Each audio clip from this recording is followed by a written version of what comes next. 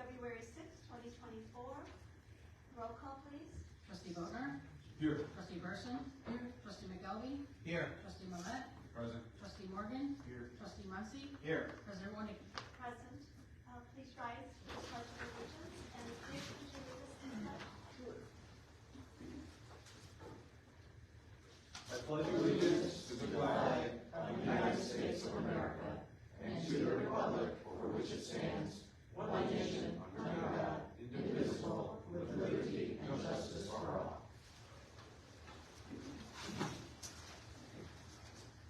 Okay, we'll move on to public comment. Patsy Smith? So we need roll call first. Did they do it? Yeah. Oh. Okay. I'm not hearing anybody. Can you do a test? Oh, test. Testing. Somebody turned on the name. I think you're right.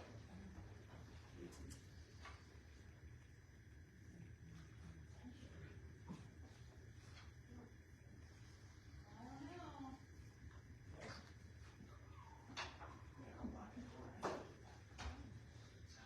Testing. Is this working? Turn that on. It's on. Is it? No, yeah.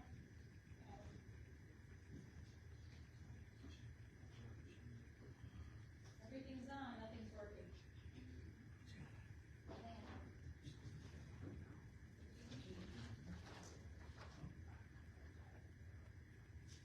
Oh, yeah. Try it again. There you go. There it is. Testing. That worked, right? Last month I was out of town and watched the meeting online, and tonight I'm here to voice a concern over several comments about the needs to raise money for road maintenance. When we incorporated, we committed to live within our means without the need for a municipal tax. I am hopeful this board is still committed to those founding principles. Kane County is a property tax extension limitation law, P-TEL County. Basically, that means that as long as the village has a zero tax levy, the residents never have to fear a municipal tax because any tax levy times zero equals zero. Going to referendum for funds to maintain roads would be opening Pandora's box, causing many unforeseen problems for residents. Plus, I'm pretty sure the residents wouldn't support it, and I certainly would be campaigning against it. In my 30 years of residency, I don't recall Camden Township Highway District ever increasing its tax levy. If you need more money to maintain roads, I suggest you talk to the Highway District about the need to increase their levy. They are the ones with the taxing power to get additional funds. The village receives 1/2 of the Township Road Improvement Fund. Of course, staying on top of all possible grants for road maintenance is important. And I would also add that in the early days, I'm confident that you too can do the same. Thank you. Thank you, Patsy. Okay, moving on to the consent agenda. A motion to move the consent agenda, or remove anything from the consent agenda. No. Nothing removed. Motion to move the consent agenda. So moved. Moved by Janet Person. A second. I'll second. Second by Tim Morgan. Roll call. Trustee Burson? Aye. Trustee Morgan? Aye. Trustee Bodnar? Aye. Trustee McElvey? Aye. Trustee Millette? Aye. Trustee Muncy? Aye. Okay, motion passes. We don't have any staff reports today. We'll move to action items. Motion to approve resolution 24-01, a resolution authorizing execution of an agreement with J.M. Rooney Consulting to provide village administrator services to the village of Campton Hills. I'll take a motion on it. So moved. Moved by trustee McKelvey, second by I'll second. trustee Morgan. Any discussion? Okay. Hearing none, roll call. Trustee McElvey? Aye. Trustee Morgan? Aye. Trustee Bodnar? Aye. Trustee Burson? Aye. Trustee Millette? Aye. Trustee Muncy? Aye. Okay, motion passes. We'll move on to B, motion to approve resolution 24-02, a resolution authorizing the adoption of a social media use policy for the village of Campton Hills, and that would be Carmen. So moved, Muncy. Moved by Muncy, second. I second. Second by Morgan. Okay, discussion? Just briefly, the current policy as it reads now just authorizes the use of YouTube, as was discussed the last time it was before the board. Certainly leaves it open in the future for any other social media platforms if the village board would like to amend the policy. If that were the case, we probably have a, for lack of a better word, chain of command as to who provides the hosting, creates the content, and then posts them on other various social media sites it would be. For now, it's proposed as a village clerk because the only thing being posted now are recordings of videos, which are already maintained by the village clerk and under her authority. So, if anyone has any questions. Okay, any discussion, any questions, Jim? Yeah, just got a question regarding what you just explained, because it's nothing with the person, so I have nothing against Tracy. It's the way the wording is, because the way I read this, and maybe I was taught by nuns, but it seems like it comes out to saying that the creative person, the one who creates it, not posts it, because I would argue the clerk should post it, just as they post minutes, just as they post meetings, just as they post agendas, or whatever the case may be. That's their role. But creating is not the role. That would be, to me, the administrator's role in terms of determining that, or the president's role as executive people. And that's the only question I have. Right, so because the only content, for lack of a better word right now, is the recordings of the minutes, or excuse me, recording of the meetings, which is under the purview of the clerks. I guess you could say that the clerk is creating that record and then posting it. But like I said, if there's going to be additional content on another site or platform later, we would have to amend the policy, because you'd likely want to have somebody under the authority of the village administrator's office, whether it's administrative assistant or staff member that is in charge of, let's say, creating the postings and then it's approved by someone else. Because you don't have that content now, there's really no need in the policy for it. Okay, so then just to follow up, so from your experience then, as it relates to other clients that you have, other cities, other municipalities, who only have a very limited thing where they're taking a already created document and posting it, you would have the same language versus if we open it up to a Facebook page or whatever the case may be. Is that what you're saying? Right, and typically when we're asked to create a policy, it's because the municipality wants to have a presence in various platforms. So usually the policy also includes the other platforms, and it's a little bit more comprehensive what you have here than what you need. But it's a good framework for if you decide to add platforms later, we can just add those in here, change around some of the language with regards to who's creating, who has the authority for review of posts, things like that. So. Okay. Janet, go ahead. I completely agree with Trustee McAlvey's concern. And I think it's just a bit of a drafting artifact. And as I understand it, I don't think that it was ever the intention to imagine that the clerk would be in a position to create a posting, express an opinion, define a policy or anything like that. So it's a publishing function, really, right? And so we could torture the language a little bit and say that if the clerk were to push the button and record, at the beginning of the meeting, that they're creating the recording. But that's not really what we mean when we think about creating a post or something on social media, right? So to Trustee McAlvey's concern, I would agree that the function that we're talking about here is the clerk's role in publishing these things and not creating any of these documents. And I don't know if we can make a quick drafting change that would alleviate that concern, but I agree with you. Yeah, we're not expecting the clerk to do community engagement and the creation of policy positions of the center. And that would be, in most cities, as you described, the manager or the administrator's responsibility, who he or she reports to the center, and not, as the clerk's case, to the citizenry. Correct.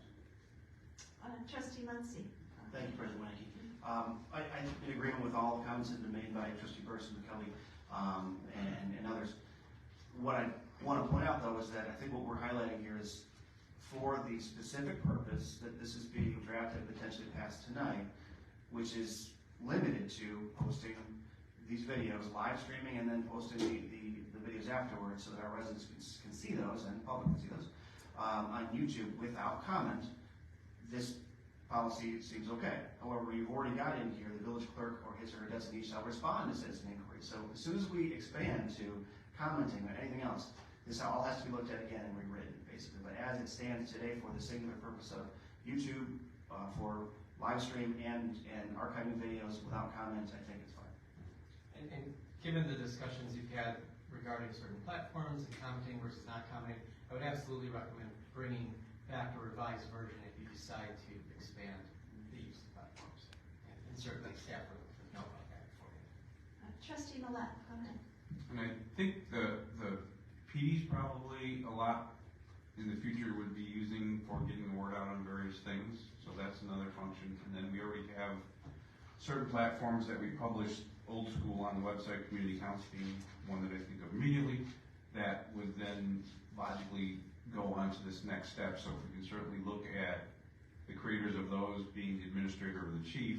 When we think to the next step, I think that's your logical next step. You would definitely likely have a designee for each department that's using it. So police department, we don't have public works department, but sometimes we have that. So I agree. Okay, any other discussion? Morgan, Trustee Morgan. Thank you. I think the way it was designed to be able to work with YouTube, it's fine. We have to see if this is going to work first before we can start our wheels to do anything in the future. So I think it's good the way it sits.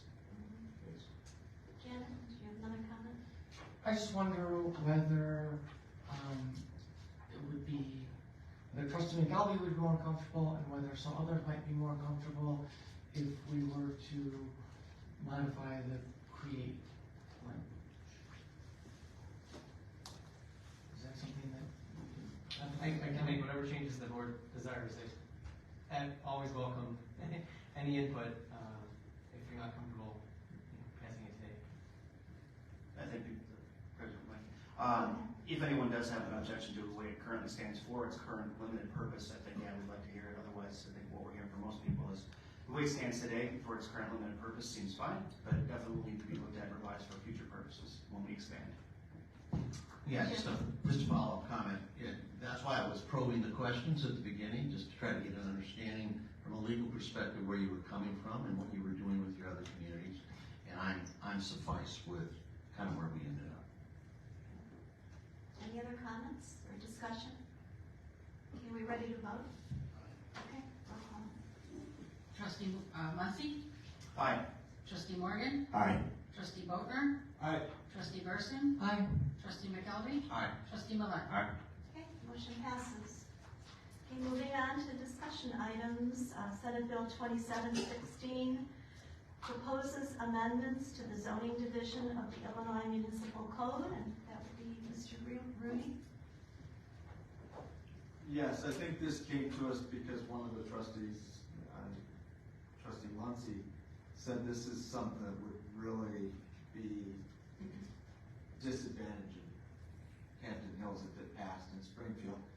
And in other communities where I've worked, what we've done because of the 2-week time lapse between meetings to get approval to do a letter, I would propose that you do what other communities have done, where they authorize the village president, if IML and Metro West, in our case here, is in support or opposition of something in Springfield, that you just make a blanket policy if those two entities that are trusted good seal of community engagement with the state reps and down in Springfield, that we give the village president and the administrator the authority to be in compliance and then send out, before we send the letter, that we're sending it, and to make sure that there's not one of the 7 that's vociferously opposed to that action, and that way we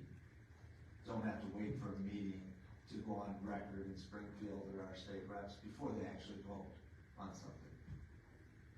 Trustee Millet, go ahead. Metro West, or the Legislative Affairs Committee, we will be meeting tomorrow morning at 9, and this is going to be one of the things we talk about. So, I think we have Dave Sullivan's our main lobbyist, who's former state senator, so has pulse on this too. So I think Mark's probably right. We've done that in we've actually done that here in the past too, where we knew something might be moving faster than we had the ability to get eyes on it again. So we gave semi-broad powers to the president to speak on our behalf.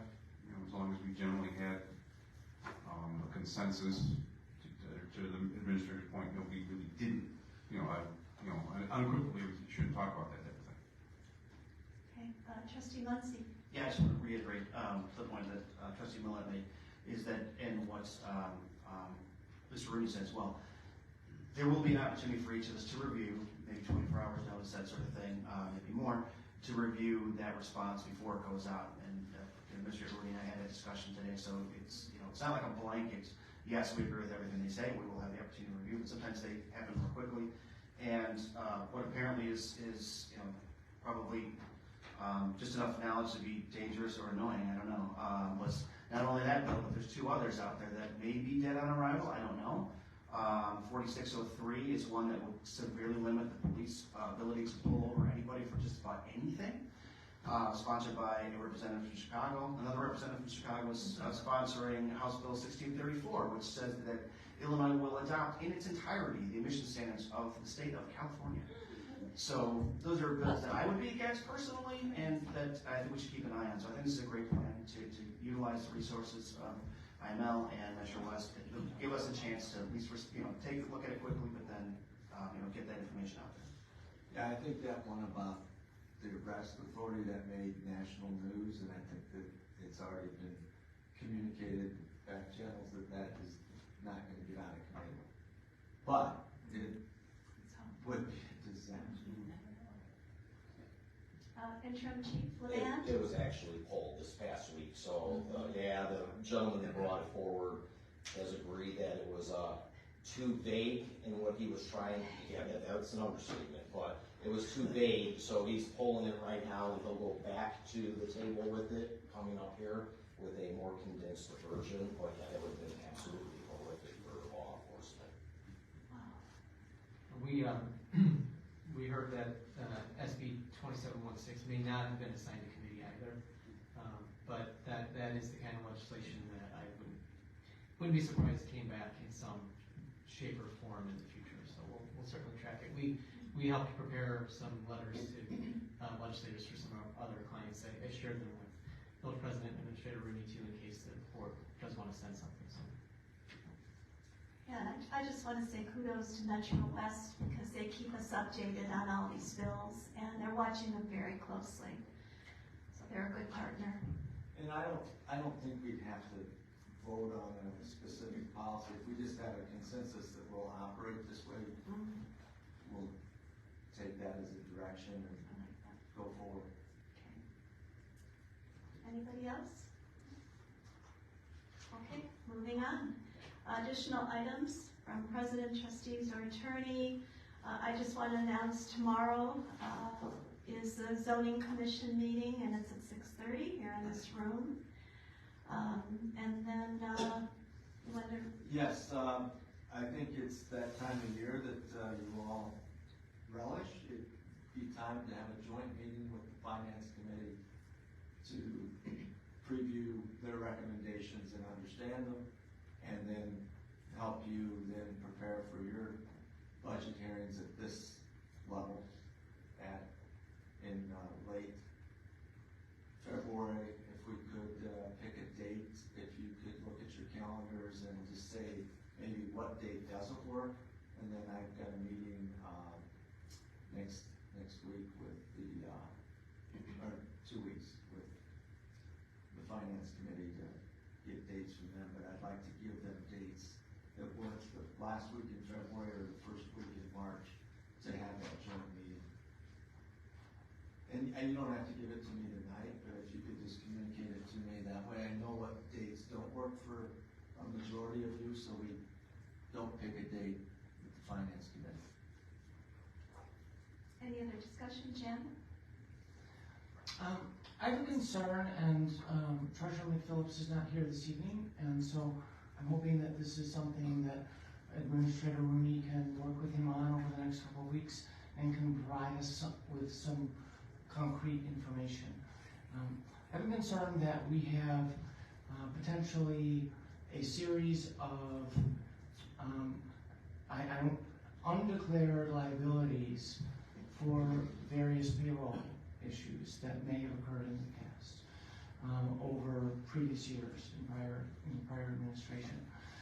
And I'm concerned that these may be significant amounts of money and certainly outside of our budget. And I would like to understand more clearly from Treasurer McPhillips what is going on and what the extent of these liabilities might be, if he can quantify them for us, and help us understand more clearly the hit that we have to take in the present for these prior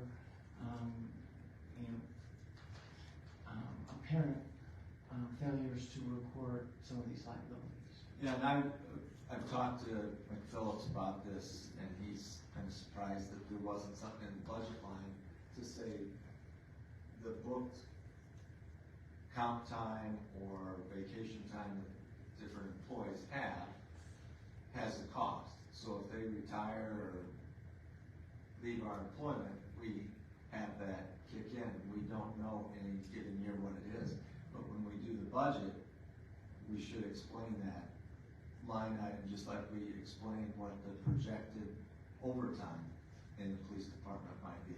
Well, it's quantifiable liability, right? Yeah, we should make sure it's in the budget, because we don't want to, it's a worst case scenario. If everybody retired next week from the police department, all their comp time, all their vacation time would be over. And we should maybe just have that in the budget line to explain what the worst case would be on. And we know, based on their age and their time of service, when they probably would retire, but that's, and we should have limits. And if we don't, and it's not spelled out as clear as it could be in the personnel manual, we might be making some recommendations on that matter. That's something that McPhillips and I have discussed already. Okay, Trustee Millette, go ahead. Thank you, President Rosicki. When we talked about accrued liability as it related when we switched over to PTO, I think we had something where we talked about a percentage of it to book as the liability, and I can't remember what that number was. Yeah, because I mean, it wasn't 100, but it wasn't 50. I mean, we had some comfort level. We were talking about this going six years back, maybe, I think, for reference. And the handoff file between treasurer to treasurer to treasurer is a little sketchy on that fact, and we can't find the paperwork on it. And we don't have it. When I started asking Ms. Hayes about some of those type of things, the next, on Thursday and Friday, she resigned on Monday. So, I didn't get a lot of cooperation. Okay. Any other discussion, any more comments, questions? Okay.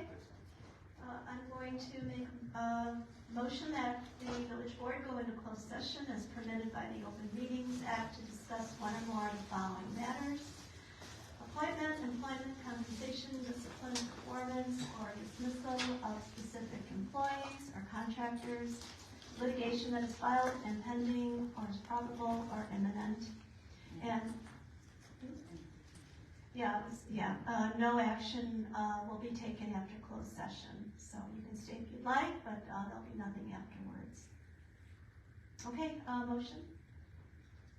Moved by Trustee McKelvey. Second. Second by Trustee Morgan. Oh, I'm sorry. All right. Roll call. Trustee McKelvey? Aye. Trustee Millette? Aye. Trustee Boger? Aye. Trustee Burson? Aye. Trustee Morgan? Aye. Trustee Muncy? Aye. Okay, motion passes, and